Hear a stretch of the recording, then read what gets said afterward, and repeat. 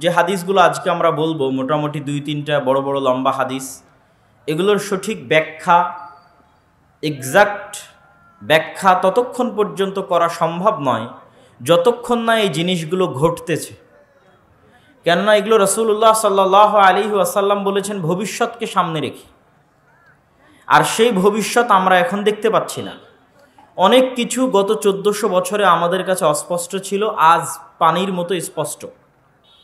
রাসূলুল্লাহ সাল্লাল্লাহু আলাইহি ওয়াসাল্লাম 1400 বছর আগে বলেছিলেন, কোনো পাত্রে যদি মাছি পড়ে তাহলে মাছি ওর মধ্যে ডুবিয়ে দাও, কেননা মাছির এক ডানায় রোগ আছে আর এক ডানায় শিফা আছে। 1000 বছর এই কথা আমাদের কাছে অস্পষ্ট ছিল। আজ বিজ্ঞান এসে যখন গবেষণা করছে যে মাছির একটি ডানা পানিতে ডুবানোর পরে তাতে কি পরিমাণ জীবাণু থাকে, আর উভয় ডানা ডুবানোর পরে কি পরিমাণ জীবাণু থাকে, এই মর্মে যখন বিশ্ববিদ্যালয়গুলোতে thesis, research paper, PhD degree হচ্ছে এবং প্রমাণিত হচ্ছে যে না আল্লাহর নবীর কথা ঠিক সাল্লাল্লাহু আলাইহি ওয়াসাল্লাম, তখন এই কঠিন বিষয়টা আমাদের কাছে স্পষ্ট হয়ে যাচ্ছে। এরকম আজকে আমরা যে হাদিসগুলো বলবো এগুলো অদ্যবধি অস্পষ্ট, কিন্তু যেই দিন ঘটবে সেই কালের মানুষদের কাছে এগুলো পানির মতো স্পষ্ট হিসেবে ধরা দিবে।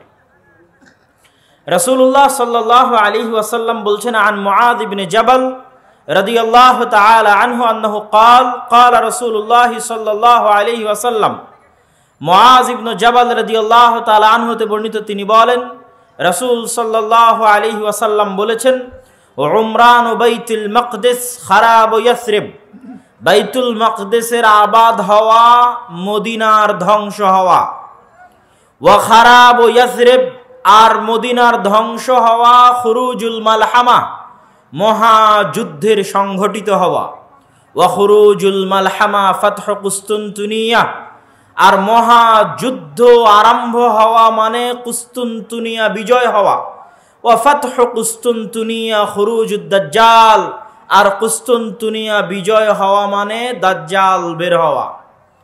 পরপর রাসূলুল্লাহ সাল্লাল্লাহু আলাইহি ওয়াসাল্লাম এই জিনিসগুলো বলছেন, তথা এগুলো একটার পর আর একটা ঘটবে। উমরান বাইতুল মাকদিস, মসজিদ আকসা যেই দিন আবাদ হবে সেই দিন মদিনা ধ্বংস হবে বা অনাবাদ হবে। যেই দিন মদিনা অনাবাদ হবে সেই দিন পৃথিবীতে বড় বড় যুদ্ধ সংঘটিত হবে। যেই দিন পৃথিবীতে সবচেয়ে বড় পৃথিবীর যুদ্ধ সংঘটিত হবে সেই দিন কুস্তুনতুনিয়া বিজয় হবে। যেই দিন কুস্তুনতুনিয়া বিজয় হবে সেই দিন দাজ্জাল বের হবে। তাহলে এই হাদিস কিয়ামতের পূর্ব মুহূর্তে সংঘটিত বিষয়, কিন্তু তার মধ্যে আমরা মসজিদে আকসা পাচ্ছি। আমাদের আলোচনার টপিক হচ্ছে মসজিদে আকসা বা মসজিদে আকসার আশেপাশের যে অঞ্চল, যে এরিয়া, সেখানে বৃহৎ থেকে বৃহৎ যুদ্ধ সংঘটিত হবে কিয়ামতের পূর্ব মুহূর্তে। আমি হাদিসগুলোর বিস্তারিত ব্যাখ্যা একদম শেষে করব, তার আগে আমরা আরও কয়েকটি হাদিস রাসূলুল্লাহ সাল্লাল্লাহু আলাইহি ওয়াসাল্লামের পক্ষ থেকে দেখি। রাসূল সাল্লাল্লাহু আলাইহি ওয়াসাল্লাম বলছেন, ইয়ান্তাযিরু আও ইয়াখরুজু ৭০,০০০ ইহুদি মিন আসবাহান মা'আদ দাজ্জাল, ইহুদিদের একটা অংশ দাজ্জালের অপেক্ষায় আছে, এবং যেই দিন দাজ্জাল বের হবে ইস্পাহানের ৭০,০০০ ইহুদি দাজ্জালের সঙ্গী হবে, এবং ওই ৭০,০০০ ইহুদি এবং দাজ্জাল মিলে ইয়াকতুলু মা'আল মুসলিমিন, মুসলমানদের বিরুদ্ধে যুদ্ধ করবে।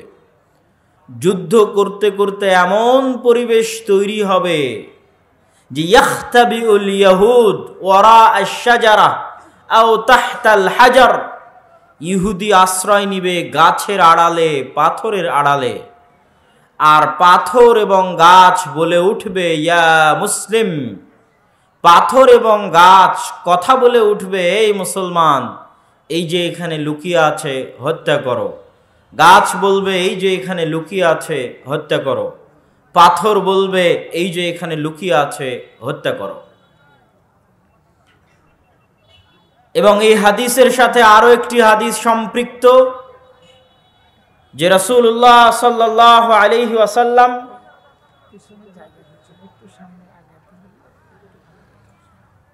পিছনে যারা দাঁড়িয়ে আছেন, আমি অনুরোধ করব আমরা যারা সামনে বসে আছি একটু হালকা যদি চেপে চেপে বসি, তাহলে আমরা একটু সময় নিই, সমস্যা নাই। তারপরও সুশৃঙ্খল হোক অনুষ্ঠানটা, আমরাও ভালোভাবে আলোচনা করি। আপনারা সবাই একটু চেষ্টা করেন আপনাদের সামনের ফাঁকা জায়গাগুলো পূরণ করতে।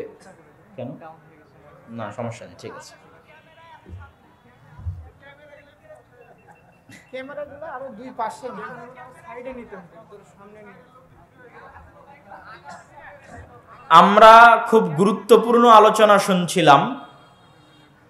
সে আলোচনার দ্বিতীয় হাদিস আমরা পড়লাম যে 70,000 ইহুদি ইস্পাহান থেকে বের হবে। ইস্পাহান হচ্ছে ইরানের নগরী। আজও ইরানের মধ্যে ইস্পাহান নামে সেই নগরী আছে। আমরা প উচ্চারণ করি ইস্পাহান, আরবিতে এটা উচ্চারণ হয় না।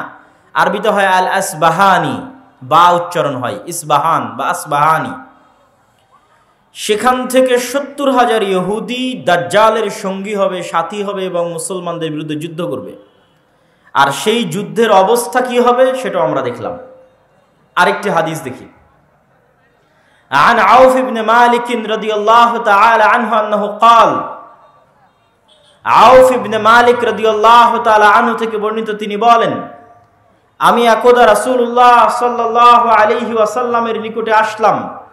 রাসূল সাল্লাল্লাহু আলাইহি ওয়াসাল্লাম আমাকে কিয়ামতের আলামত গণালেন, আমার হাতে গণালেন। তার মধ্যে একটি আলামত রাসূল সাল্লাল্লাহু আলাইহি ওয়াসাল্লাম বললেন, সায়াকুনু হুদনাতুন মা'আর রোম, ইয়ানি সাতাকুনু হুদনাতুন বাইনাল মুসলিমিনা ওয়ার রোম। রোমান খ্রিস্টানদের সাথে মুসলমানদের একটি চুক্তি হবে, আর রোমান খ্রিস্টানেরা এবং মুসলমানেরা চুক্তিবদ্ধ হয়ে তৃতীয় কমন শত্রুর বিরুদ্ধে যুদ্ধ করবে। তথা রোমান খ্রিস্টানদের শত্রু আর মুসলমানদের শত্রু এক। তৃতীয় কমন শত্রুর বিরুদ্ধে মুসলমানেরা যুদ্ধ করবে। এই যুদ্ধের রোমান খ্রিস্টান এবং মুসলমানেরা বিজয়ী হবে। বিজয়ী হওয়ার পর একজন খ্রিস্টান দাঁড়িয়ে বলবে যে আমরা আজকে বিজয়ী হয়েছি লিহাজা সলিব, এই ক্রুশের কারণে। গলায় ঝুলানো ক্রুশ দেখিয়ে বলবে এটার কারণে আজকে আমরা বিজয়ী হয়েছি। তখন একজন মুসলমানের আঁতে ঘা লাগবে, সে দাঁড়িয়ে উঠে তার ক্রসটা ভেঙে দিবে। যখন ভেঙে দিবে তখন রোমান এবং মুসলমানেরা পরস্পরের বিরুদ্ধে যুদ্ধ করার জন্য দাঁড়িয়ে যাবে। রোমান খ্রিস্টান এবং মুসলমানেরা। সেই যুদ্ধের বর্ণনা রাসূলুল্লাহ সাল্লাল্লাহু আলাইহি ওয়াসাল্লাম হাদিসে বিস্তারিত বর্ণনা করছেন। عن أبي هريرة رضي الله تعالى عنه أنه قال قال رسول الله صلى الله عليه وسلم, আবু হুরায়রা রাদিয়াল্লাহু তাআলা আনহু থেকে বর্ণিত, তিনি বলেন রাসূল সাল্লাল্লাহু আলাইহি ওয়াসাল্লাম বলেছেন, লা তাকুমুস সাআহ, কিয়ামত ততদিন পর্যন্ত সংঘটিত হবে না, হাত্তা ইয়ানজিলার রোম বিল আ'মাক আও বিদাবিক, যতক্ষণ না রোমান খ্রিস্টানেরা অবতীর্ণ না হচ্ছে সিরিয়ার আমাক এবং দাবেক নামক জায়গায়। বর্তমান সিরিয়ার হালব নগরী থেকে অনতি দূরে তুরস্ক এবং সিরিয়ার সীমান্তবর্তী অঞ্চলে, বর্তমান তুরস্কের সীমানা এবং বর্তমান সিরিয়ার সীমানা, এই সীমান্তবর্তী অঞ্চলের জায়গার নাম হচ্ছে আমাক এবং দাবেক। এখনো ওই নামেই আছে। এই আমাক এবং দাবেক জায়গায় যতক্ষণ না রোমান খ্রিস্টানেরা অবতীর্ণ না হবে মুসলমানদের বিরুদ্ধে, ফায়াখরুজু ইলাইহিম জাইশুম মিনাল মাদিনা, আর তাদের বিরুদ্ধে যুদ্ধ করার জন্য মদিনা মুনাওয়ারা থেকে মুসলমানদের একটি সেনাবাহিনী রওনা হবে। রাসূলুল্লাহ সাল্লাল্লাহু আলাইহি ওয়াসাল্লাম বলছেন, মদিনা মুনাওয়ারা থেকে বের হওয়া সেই মুজাহিদ বাহিনী খিয়ার ও আহলিল আরজ, তৎকালীন বিশ্বের সর্বোত্তম, সবচেয়ে শ্রেষ্ঠ, সবচেয়ে দামি, সবচেয়ে আল্লাহওয়ালা পরহেজগার মানুষ হবে। মদিনা মুনাওয়ারা থেকে ওই দিন যারা বের হবে যুদ্ধের জন্য, সিরিয়ার মাটিতে যুদ্ধ করার জন্য, রাসূলুল্লাহ সাল্লাল্লাহু আলাইহি সাল্লাম বলছেন খিয়ারু আহলিল আরজ, তৎকালীন বিশ্বের সর্বশ্রেষ্ঠ আল্লাহওয়ালা পরহেজগার মানুষেরা সেই দিন মদিনা থেকে বের হবে, মদিনা মুনাওয়ারা থেকে বের হবে যুদ্ধের জন্য। যুদ্ধের কথা বর্ণনা করতে গিয়ে রাসূলুল্লাহ সাল্লাল্লাহু আলাইহি ওয়াসাল্লাম বলেন ফায়ুকাতিলুহুম ফায়ানহাজিমু সুলুসুন লা ইয়াতুবুল্লাহ তাওবাতাহুম আবাদা। ওই দিন মুসলমানেরা 3 ভাগে বিভক্ত হয়ে যাবে। এক ভাগ যুদ্ধের মাঠ ছেড়ে পালিয়ে যাবে, আল্লাহ কোনোদিন এদের তওবা কবুল করবেন না। একদল মুসলমান যুদ্ধের মাঠ ছেড়ে পালিয়ে যাবে, আল্লাহর নবী বলছেন সাল্লাল্লাহু আলাইহি ওয়াসাল্লাম লা ইয়াতুব, আল্লাহ কোনোদিন তাদের তওবা কবুল করবেন না, আবাদা, কোনোদিন আল্লাহ সুবহানাহু ওয়া তাআলা তাদের তওবা কবুল করবেন না। ওয়া ইউকতালু সুলুসুহুম, 3 ভাগের 1 ভাগ ওই যুদ্ধে মারা যাবে। রাসূলুল্লাহ সাল্লাল্লাহু আলাইহি ওয়াসাল্লাম বলছেন আফজালুশ শুহাদা ইনদাল্লাহ, আল্লাহর নিকটে সর্বশ্রেষ্ঠ শহীদ বলে গণ্য হবে ওই যুদ্ধে যারা যুদ্ধ করে শাহাদত অর্জন করবে, শহীদ হয়ে যাবে 3 ভাগের 1 ভাগ মুসলমান, তারা আল্লাহর দরবারে সর্বশ্রেষ্ঠ শহীদ হিসেবে বিবেচিত হবে। রাসূলুল্লাহ সাল্লাল্লাহু আলাইহি ওয়াসাল্লাম বললেন ওয়াফতাতিহুস সুলুস, আর 3 ভাগের 1 ভাগ বিজয় লাভ করবে রোমানদের উপরে, 3 ভাগের 1 ভাগ বিজয় লাভ করবে রোমানদের উপরে। লা ইফতানুনা আবাদান, এরা কোনো দিন আর কিয়ামত পর্যন্ত ফিতনায় পতিত হবে না, এবং এদের হাত দিয়ে ইফতাতিহুনা কুস্তুনতুনিয়া বিজয় হবে। কুস্তুনতুনিয়া কি? আগের হাদিসেও দেখেছেন আল্লাহর নবী বলেছে বাইতুল মাকদেসের আবাদ হওয়া, মদিনার ধ্বংস হওয়া, মদিনার ধ্বংস হওয়া, মহাযুদ্ধের শুরু হওয়া, কুস্তুনতুনিয়া বিজয় হওয়া, কুস্তুনতুনিয়া বিজয় হওয়া, দাজ্জালের বের হওয়া। কুস্তুনতুনিয়া হচ্ছে আজকের তুরস্কের ইস্তাম্বুল। আজকের তুরস্কের ইস্তাম্বুলকে আরবিতে বলা হয় কুস্তুনতুনিয়া, ইংরেজিতে বলা হয় কনস্টান্টিনিপল, এবং বর্তমান নাম হচ্ছে ইস্তাম্বুল। তুরস্কের রাজধানী, যদিও আগে রাজধানী ছিল, এখন অফিসিয়াল রাজধানী নয়, অফিসিয়াল রাজধানী আঙ্কারা, কিন্তু তারপরও রাজধানীর মতো মান মর্যাদা যেই শহরের, সেটাই হচ্ছে ইস্তাম্বুল, কুস্তুনতুনিয়া, কনস্টান্টিনিপল। রাসূল সাল্লাল্লাহু আলাইহি ওয়াসাল্লাম বলছেন ফায়াফতাতিহুনা কুস্তুনতুনিয়া, ওই যে একদল বিজয়ী হবে রোমানদের উপর, তাদের হাতে আল্লাহ কুস্তুনতুনিয়া, কনস্টান্টিনিপল বিজয় দান করবেন। ফাবাইনামা হুম ইয়ানকাসিমুনাল গানাইম, যখন এই সমস্ত বিজয়ী মুজাহিদরা গনিমতের মাল বন্টন করবে এবং তাদের তরবারি ঝুলানো থাকবে গাছের সাথে, তখন একজন চিৎকার করে বলবে সাহা ফীহিমুশ শাইতান ইন্নাল মাসীহা ক্বাদ খালাফাকুম ফি আহলিকুম, মাসীহুদ দাজ্জাল বের হয়ে গেছে আর তোমাদের বাড়িতে বাড়িতে মাসীহুদ দাজ্জাল প্রবেশ করতেছে। এখন পর্যন্ত ইমাম মাহদি আসেননি, হয়তো এনাদের মধ্যেই ইমাম মাহদি থেকে থাকতে পারেন, তবে তিনি যে ইমাম মাহদি তা এখনও প্রকাশিত আকারে জনগণের সামনে স্পষ্ট হয়নি। হবে কখন? দাজ্জাল বের হওয়ার পরে এবং সালাতের, দামেস্কের মসজিদে সালাতের পরে, যেটার বর্ণনা রাসূল সাল্লাল্লাহু আলাইহি সাল্লাম দিচ্ছেন। ফায়াখরুজুন ওয়া যালিকা বাতিল, শয়তানের এই মিথ্যা কথা শুনে তারা তরবারি নিয়ে দৌড়ে এগিয়ে যাবে কোথায়? মাসীহুদ দাজ্জাল, তার বিরুদ্ধে যুদ্ধ করার জন্য। ফাইদা জাউ শাম, তারা আস্তে আস্তে দেমাশকে চলে আসবে। দেমাশকের মসজিদে তারা কাতারবদ্ধ হয়ে সালাতের জন্য দাঁড়াবে। ইদা উকিমাতিস সালাত, যখন সালাতের ইকামত দেওয়া হবে, ফায়ানজিলু ঈসা ইবনে মারিয়াম, তখন আসমান থেকে ঈসা ইবনে মারিয়াম অবতীর্ণ হবেন। ফাআম্মাহুম ফাইদা রাআহু আদুউল্লাহ যাবা কামা ইয়াযুবুল মিলহ ফিল মা, ঈসা ইবনে মারিয়াম অবতীর্ণ হবেন ওই মসজিদে, এবং তারপরে মুসলমানেরা দাজ্জালের বিরুদ্ধে যুদ্ধ করার জন্য রওনা দিবে।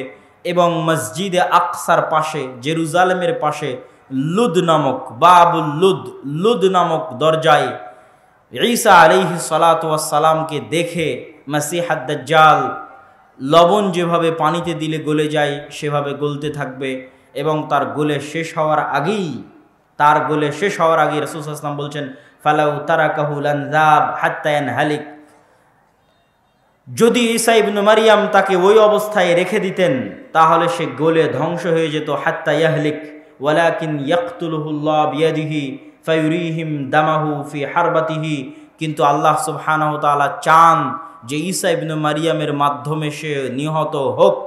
এই জন্য ঈসা ইবনে মারিয়াম তাকে হত্যা করবেন এবং দাজ্জালের রক্ত জনগণকে দেখাবেন। সম্মানিত উপস্থিতি, আরেকটি ব্যতিক্রম ধর্মী হাদিস, সেই হাদিসটা বলে আমরা আমাদের সংক্ষিপ্ত ব্যাখ্যার দিকে এগিয়ে যাব ইনশাআল্লাহ। আবু হুরায়রা রাদিয়াল্লাহু তাআলা আনহু থেকে বর্ণিত, তিনি বলেন রাসূল সাল্লাল্লাহু আলাইহি ওয়াসাল্লাম বলছেন, সামি'তুম বিমাদিনাতিন জানিবুম মিনহা ফিল বার ওয়া জানিবুম মিনহা ফিল বাহর, তোমরা একটি শহরের কথা শুনেছ যেই শহরের এক সাইডে সমুদ্র এবং আরেক সাইডে মাটি। রাসূলুল্লাহ সাল্লাল্লাহু আলাইহি ওয়াসাল্লামের উত্তরে সাহাবীগণ বললেন, জি আমরা শুনেছি। রাসূল সাল্লাল্লাহু আলাইহি ওয়াসাল্লাম বলছেন, লা তাকুমুস সাআহ হাত্তা ইয়াগজুহা ৭০,০০০ মিন বনি ইসহাক, ততক্ষণ পর্যন্ত কিয়ামত হবে না যতক্ষণ না বানু ইসহাকের ৭০,০০০ মানুষ তাদের বিরুদ্ধে যুদ্ধ না করছে। আর তারা সেই দিন যুদ্ধ করবে ওই শহর বিজয়ের জন্য, আর ওই শহর বিজয়ের জন্য ফালাম ইউকাতিলু বিসালাহ, কোনো অস্ত্রপাতি লাগবে না ওই শহর বিজয় করতে। ওয়ালাম ইয়ারমু বিসাহমিন, কোনো তীর নিক্ষেপ করা লাগবে না ওই শহর বিজয় করতে। ক্বালু লা ইলাহা ইল্লাল্লাহু আল্লাহু আকবার, তারা শুধু আল্লাহু আকবার ধ্বনি দিবে, তাকবীর ধ্বনি দিবে। ফায়াসকুতু আহাদু জানিবাইহা, ওই শহরের একটি প্রাচীর ধসে পড়ে যাবে। তারপরে দ্বিতীয়বার যখন তারা তাকবীর ধ্বনি দিবে তখন শহরের আরেকটি প্রাচীর ধসে পড়ে যাবে। তারা তৃতীয়বার যখন তাকবীর ধ্বনি দিবে তখন শহরের আরেকটি প্রাচীর ধসে পড়ে যাবে। ফাইফাররাজু লাহুম ফায়াদখুলুহা, তারা বিজয়ী বেশে ওই শহরে প্রবেশ করবে। ফায়াগনামু ফাবাইনাহুমা ইয়াকতাসিমুনাল মাগানিম, যেই মুহূর্তে তারা বিজয়ী বেশে শহরে প্রবেশ করবে আর গনিমতের মাল বন্টন করবে, তখন শয়তান চিৎকার করে বলবে, তোমাদের ঘরে দাজ্জাল প্রবেশ করে গেছে। সম্মানিত উপস্থিতি, পরপর আমরা 4টা হাদিস দেখলাম। এই 4টা হাদিস এক একজন এক একভাবে ব্যাখ্যা করতে পারে। আমি আগেও বলেছি যে যতদিন এই জিনিসগুলো না ঘটবে ততদিন এই জিনিসগুলোর প্রকৃত ব্যাখ্যা কেউ জানবে না। কিন্তু আমার কাছে সংক্ষিপ্তভাবে যেটা মনে হয়েছে যে উমরান ও বাইতুল মাকদেস আবাদ হওয়া, কেউ কেউ ব্যাখ্যা করে এই যুগের যে বাইতুল মাকদেস আবাদ হওয়া মানে ইহুদিরাই জেরুজালেম দখল করে নিবে এবং সেখানে বিশাল রাজধানী প্রতিষ্ঠা করবে। প্রতিষ্ঠা করার মাধ্যমে সে এটা পৃথিবীর একটি জাঁকজমকপূর্ণ একটা বিশাল বড় শহর, লন্ডন দুবাইয়ের মতো একটা বড় শহরে পরিণত হয়ে যাবে জেরুজালেম, যেটা থাকবে তাদের হাতে, আমাদের হাতে নয়। কেউ বলেছেন এটা। আর আমার কাছে সংক্ষিপ্তভাবে মনে হয়েছে যে উমরান ও বাইতুল মাকদেস আবাদ হওয়া মানে মুসলমানদের হাতেই বাইতুল মাকদেস থাকবে এবং মুসলমানেরাই বাইতুল মাকদেস বিজয় করবে এবং সেখানে সালাত সিয়াম সকল কিছু বাস্তবায়ন হবে এবং বাইতুল মাকদেস মুসলমানদের হাতে আগেই বিজয় হবে, তথা যে ঘটনাগুলো পরবর্তীতে সংঘটিত হচ্ছে সেগুলোর আগেই মুসলমানদের হাতে বাইতুল মাকদেস থাকবে। কখন থাকবে আল্লাহ সুবহানাহু ওয়া তাআলা ভালো জানে।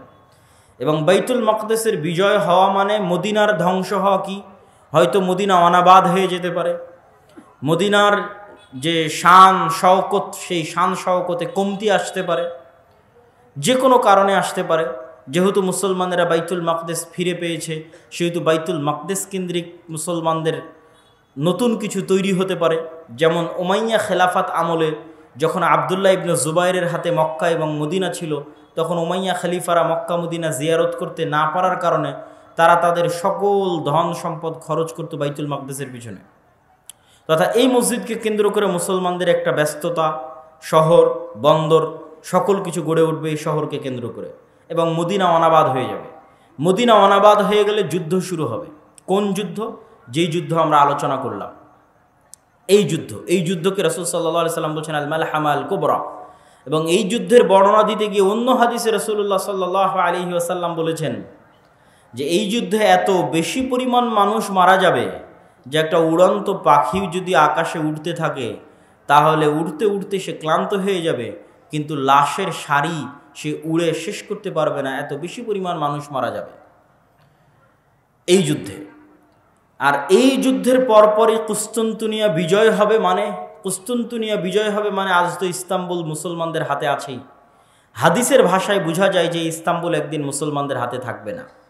আজ আছে কিন্তু একদিন থাকবে না। তথা আজকের যে তুরস্ক, এটা আজকে মুসলমানদের হাতে থাকলেও হাদিস প্রমাণ করছে যে দাজ্জাল যে মুহূর্তে বের হবে ওই মুহূর্তে কনস্টান্টিনোপল, ইস্তাম্বুল, তুরস্ক মুসলমানদের হাতে নাই, থাকবে না। তথা সেটা মুসলমানেরা যে কোনো সময় হারিয়ে ফেলতে পারে, অদূর ভবিষ্যতে, নিকট ভবিষ্যতে। আল্লাহ সুবহানাহু ওয়া তাআলা ভালো জানে কখন হারিয়ে ফেলবে, কেন না হারালে বিজয় কিসের। আর যেই বিজয়ের কথা রাসূল সাল্লাল্লাহু আলাইহি সাল্লাম বলছেন, এই বিজয় নিকট, কিয়ামতের নিকটবর্তী, দাজ্জাল বের হওয়ার পূর্ব মুহূর্তের বিজয়।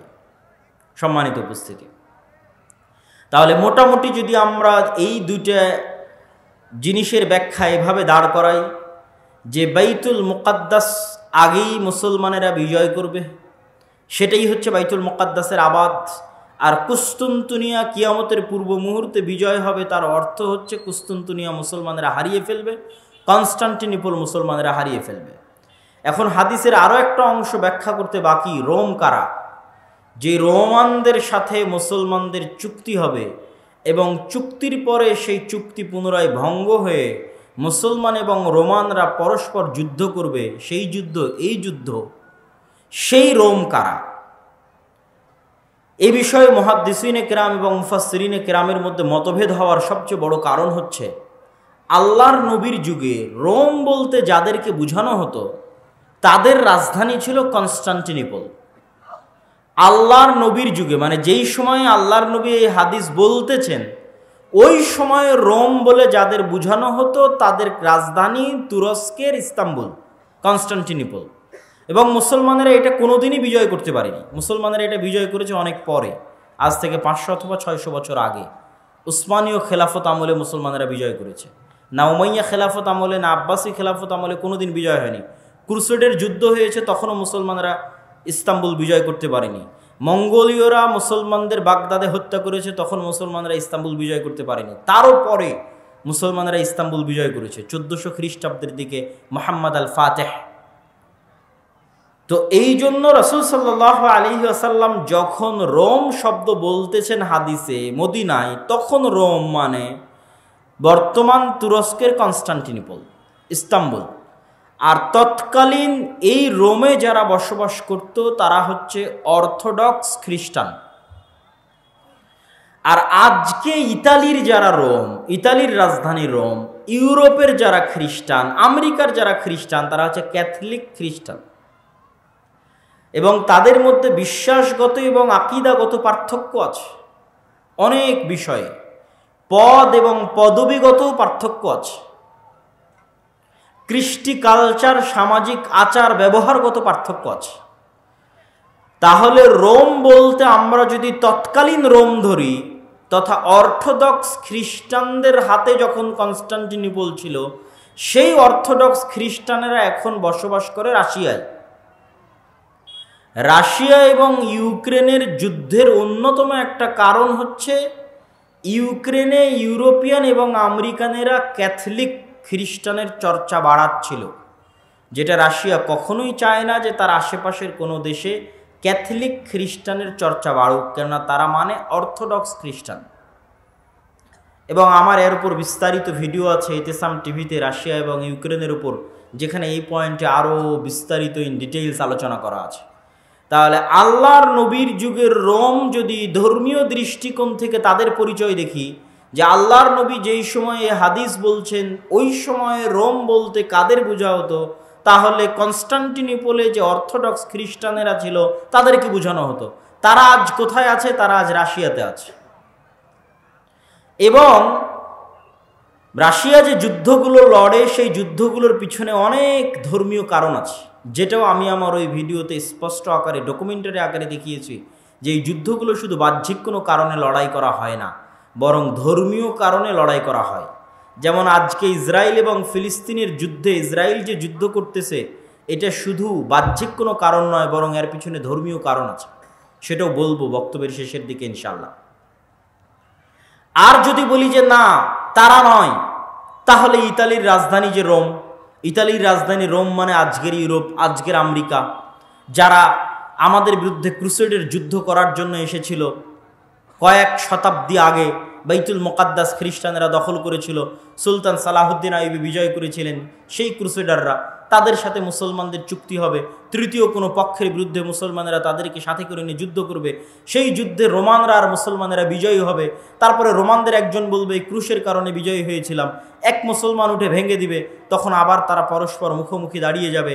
আর এই যুদ্ধ হচ্ছে মালহামা, যেটা সিরিয়াতে হবে। আজকের যে ফিলিস্তিন, আজকের যে ইসরায়েল, এগুলোও সিরিয়া, আজকের যে জর্ডান, এগুলোও সিরিয়া। সেই যুদ্ধ হবে সিরিয়াতে। আর ওই যুদ্ধে মুসলমানদের হেডকোয়ার্টার হবে গোতা নামক জায়গায়, যে গোতা নামক জায়গাটি হচ্ছে সিরিয়ার রাজধানী দামেস্ক থেকে অনতি দূরে। আর সেই যুদ্ধে রোমানদের হেডকোয়ার্টার হবে আমাক এবং দাবেক নামক জায়গায়, যা বর্তমান সিরিয়া এবং তুরস্কের সীমান্তবর্তী অঞ্চলে এখনও সেই নামে সেই জায়গা পরিচিত এবং জানা যায়। সম্মানিত উপস্থিতি, আজকে দাজ্জালের যে লম্বা হাদিস আছে, সেই লম্বা হাদিস থেকেও দুই একটা পয়েন্ট বলে এই মাটি, এই অঞ্চলের গুরুত্ব বুঝানোর আজকের এই পর্বের আলোচনার আমরা শেষের দিকে চলে যাব ইনশাআল্লাহ। দাজ্জালের হাদিস আপনারা সকলেই জানেন, কিন্তু সেই হাদিসে যে জায়গাগুলোর কথা দাজ্জাল বলেছে, আমরা সেটাই একটু সংক্ষিপ্তভাবে তুলে ধরব।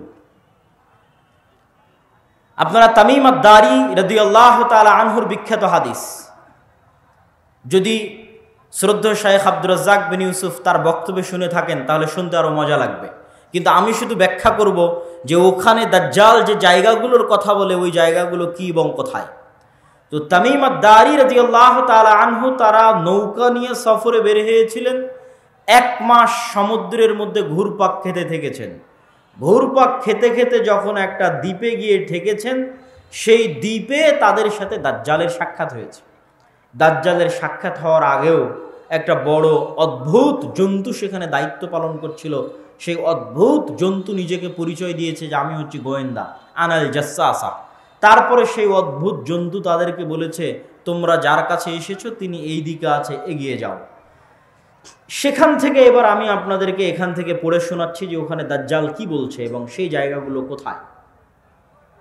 দাজ্জাল বলছে, জিজ্ঞেস করছে, আসআলুকুম আন নাখলিহা আন নাখলি বাইসান আখবিরুনি আন নাখলি বাইসান। বাইসান নামক খেজুর বাগান সম্পর্কে আমাকে তোমরা সংবাদ দাও। কুলনা আন আইয়ি শানিহা তাস্তাখবির। বাইসান নামক খেজুরের বাগান সম্পর্কে তুমি কি জানতে চাও? তখন দাজ্জাল উত্তরে বলছে, আসআলুকুম আন নাখলিহা। বাইসান নামক খেজুর বাগানে এখন খেজুর হয় কিনা এ বিষয়ে ইসমের আমলা। তখন ওই তামিম আদ-দারি রাদিয়াল্লাহু তাআলা আনহু এবং তার সাথে যারা গেছে তারা উত্তরে বললেন, কুলনা নাআম, এখনো সেখানে খেজুর হয়। তখন দাজ্জাল উত্তরে বলছে, আমা ইন্নাহু ইউশিকু আল্লা তুসমির। জেনে রাখো অচিরেই সেই বাইসান নামক খেজুর বাগানে খেজুর হবে না। ক্বালা আখবিরুনি আন বুহায়রা আত-তাবারিয়া। তোমরা আমাকে বুহায়রা আত-তাবারিয়া, তাবারিয়া লেক, তাবারিয়া খাল সম্পর্কে জানাও। কুলনা আন আইয়ি শানিহা তাস্তাখবির। তাবারিয়া খাল সম্পর্কে তোমাকে কি বলবো? ক্বালা হাল ফিহা মা। সেখানে কি পানি আছে? তখন উত্তরে বলছে, হিয়া কাসীরাতুল মা, অনেক বেশি পানি আছে। ক্বালা আমা ইন্নামা ইউশিকু আন ইয়াযহাব। জেনে রাখো অচিরেই সেই খালে পানি থাকবে না। ক্বালা আখবিরুনি আন আইনি যুগর। আইনে জোগার সম্পর্কে আমাকে জানাও।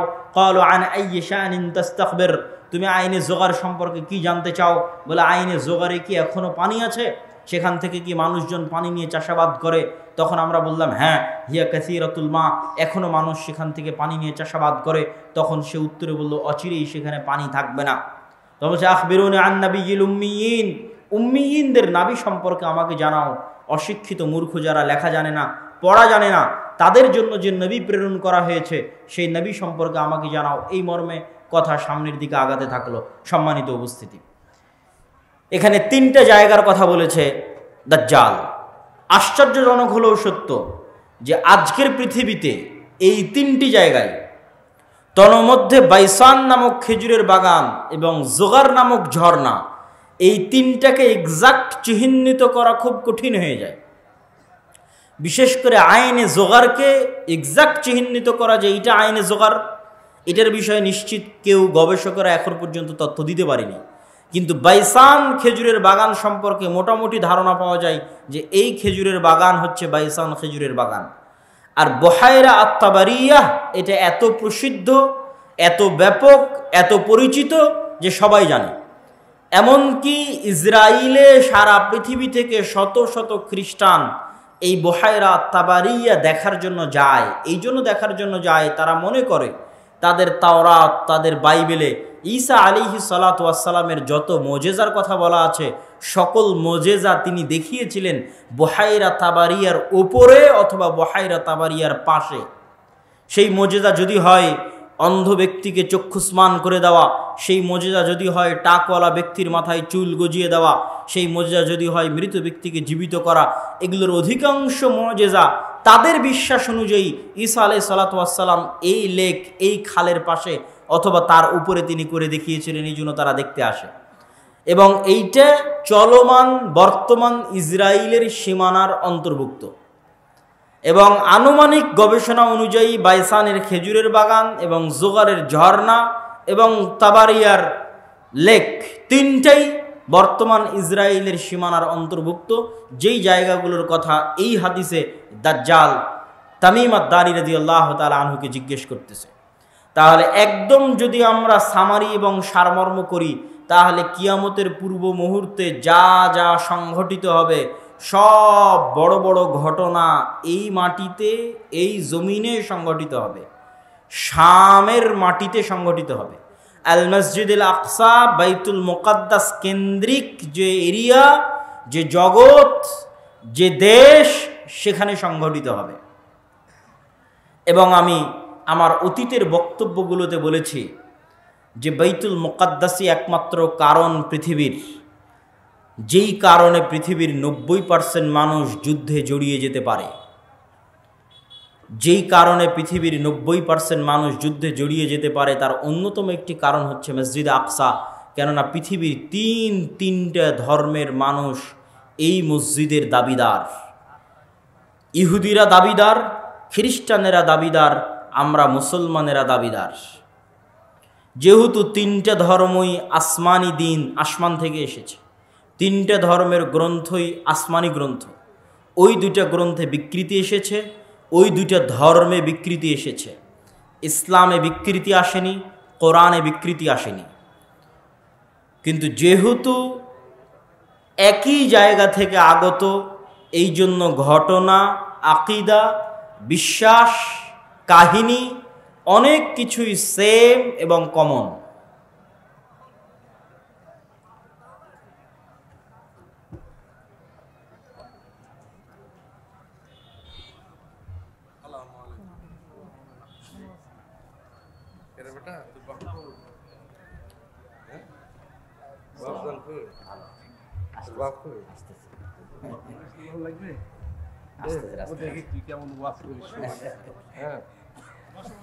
তো সম্মানিত উপস্থিতি, আমরা যে বিষয়ে আলোচনা করছিলাম যে বর্তমান মসজিদে আকসা এবং বর্তমান বাইতুল মুকাদ্দাস পৃথিবীর তিনটা ধর্মের নিকটে পবিত্র স্থান। আর এই পবিত্র স্থান হওয়ার কারণ হচ্ছে এই তিনটা ধর্মই আব্রাহামিক রিলিজিয়ান, সেমেটিক রিলিজিয়ান। এই তিনটা ধর্মই মিল্লাতে ইব্রাহিমের দাবিদার, তথা ইব্রাহিম আলাইহিস সালাতু ওয়াস সালামের হিস্ট্রি, ইতিহাসের সাথে কানেক্টেড। আর সেমেটিক রিলিজিয়ান মানে নূহ আলাইহিস সালাতু ওয়াস সালামের 3 সন্তান তার সাথে নৌকায় উঠেছিলেন। একজনের নাম ইয়াফেস, একজনের নাম হাম, আর একজনের নাম সাম। ইয়াফেসের বংশধরেরা হচ্ছে সাদা চামড়া, ইউরোপ, আমেরিকা, রাশিয়া। সামের বংশধরেরা হচ্ছে সেমেটিক তথা মেটে, শ্যামা, হালকা সাদা, হালকা শ্যামা, হালকা মেটে। India, Pakistan, Bangladesh, Saudi, Kuwait, Qatar, Bahrain, এরা হচ্ছে সামের বংশধর। হাম হচ্ছে আফ্রিকান, টোটাল আফ্রিকান এরিয়া হচ্ছে নূহ আলাইহিস সালামের সন্তান হামের বংশধর। তো পৃথিবীতে আল্লাহ যত নবী পাঠিয়েছেন, সকল নবী সামের বংশে পাঠিয়েছেন। সামের বংশে ইব্রাহিম আলাইহিস সালাতু ওয়াস সালাম।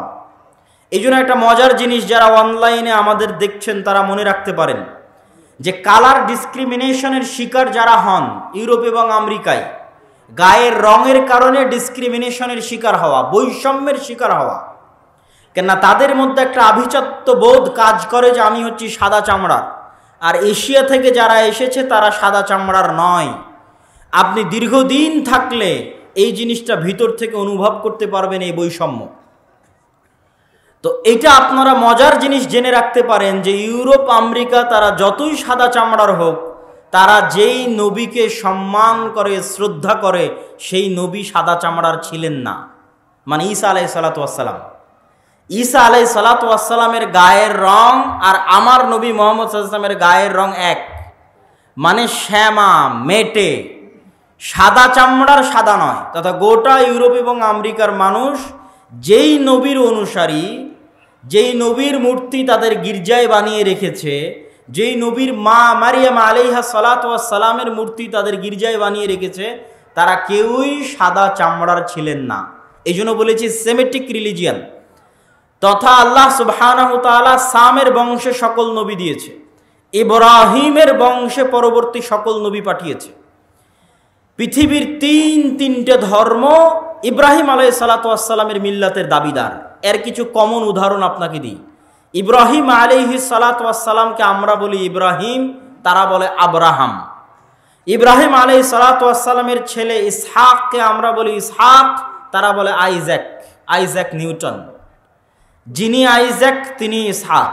ইসহাক আলাইহিস সালাতু ওয়াস সালামের ছেলেকে আমরা বলি ইয়াকুব আলাইহিস সালাতু ওয়াস সালাম, তারা বলে জ্যাকব। যিনি জ্যাকব তিনি ইয়াকুব। ইয়াকুব আলাইহিস সালাতু ওয়াস সালামের ছেলে ইউসুফ আলাইহিস সালাতু ওয়াস সালামকে আমরা বলি ইউসুফ, তারা বলে জোসেফ। সেন্ট জোসেফ স্কুল মানে Hazrat Yusuf school. There is no difference, কোনো পার্থক্য নাই। যদি আপনি বলেন সেন্ট জোসেফ স্কুল, তাহলে ওরা আপনি যে ইউসুফকে জানেন তাকে উদ্দেশ্য করছে, যে হযরত ইউসুফ আলাইহিস সালাতু ওয়াস সালাম স্কুল। এভাবে আমরা যাকে বলছি দাউদ আলাইহিস সালাতু ওয়াস সালাম, তারা তাকে বলছে ডেভিড। জাস্ট নামের উচ্চারণের পার্থক্য, কিন্তু ঘটনার মধ্যে মিল আছে। আমরা বলছি নূহ, তারা বলছে নোয়াহ। ঘটনার বর্ণনা ধারা বিবরণীতে কিছুটা পার্থক্য আছে, কিন্তু মূল ঘটনাগুলো একই।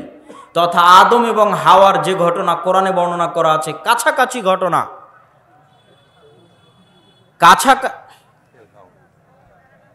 কেমন আছে?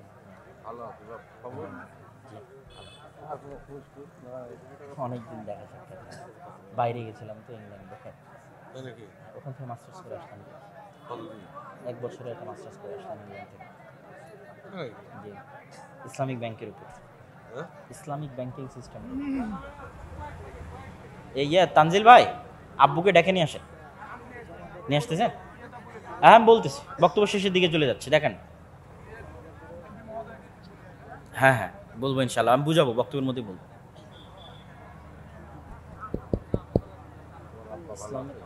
ইসলামিক ব্যাংকিং এবং ইসলামিক ফাইন্যান্সের উপর মাস্টার্স। আমার বুঝে তো মনে হয় না সেটা সব ভাব।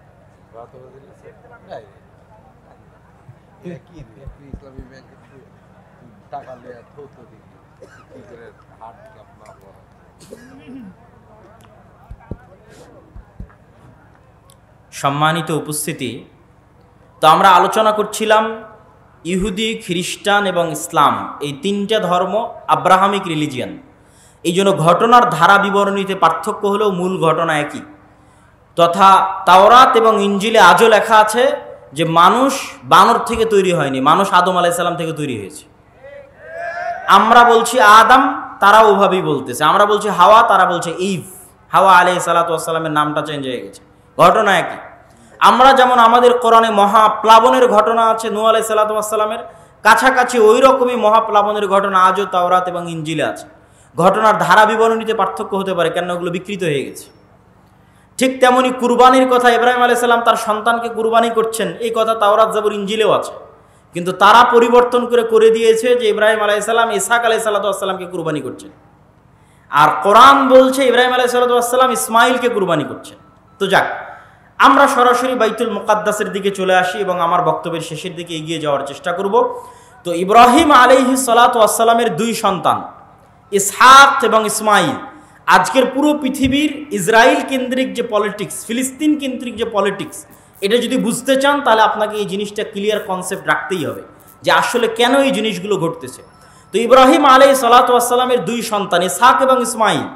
ইসহাক আলাইহিস সালাতু ওয়াস সালাম হচ্ছেন সারা আলাইহা সালাতু ওয়াস সালামের সন্তান, আর ইসমাইল হচ্ছে হাজেরা আলাইহা সালাতু ওয়াস সালামের সন্তান। ইব্রাহিম আলাইহিস সালাতু ওয়াস সালাম সারার সন্তান ইসহাককে নিয়ে থাকতেন জেরুজালেমে। ইব্রাহিম আলাইহিস সালাতু ওয়াস সালাম থাকতেন কোথায়? জেরুজালেমে। আল্লাহ কোরআনে বলছেন নাজ্জাইনাহু ওয়া লূতান ইলাল আরদিল্লাতী বারাকনা ফিহা লিল আলামিন। আমি ইব্রাহিমকে আশ্রয় দিয়েছি এই মাটিতে, লূতকে আশ্রয় দিয়েছি এই মাটিতে, যেই মাটিতে আমি বরকত রেখেছি সারা পৃথিবীর মানুষের জন্য, ওই মাটি জেরুজালেমের মাটি। লূত আলাইহিস সালাতু ওয়াস সালামের শহর উল্টিয়ে দেওয়ার পরে আল্লাহ তাকে আশ্রয় দিয়েছেন জেরুজালেমে। আর ইব্রাহিম আলাইহিস সালাতু ওয়াস সালাম তিনি যখন ইরাক থেকে হিজরত করে এসেছেন তখন আল্লাহ সুবহানাহু ওয়া তাআলা তাকে আশ্রয় দিয়েছেন জেরুজালেমে। তার বাপ আজর তাকে ইরাকের ব্যাবিলন নগরী থেকে তাড়িয়ে দিয়েছিলেন।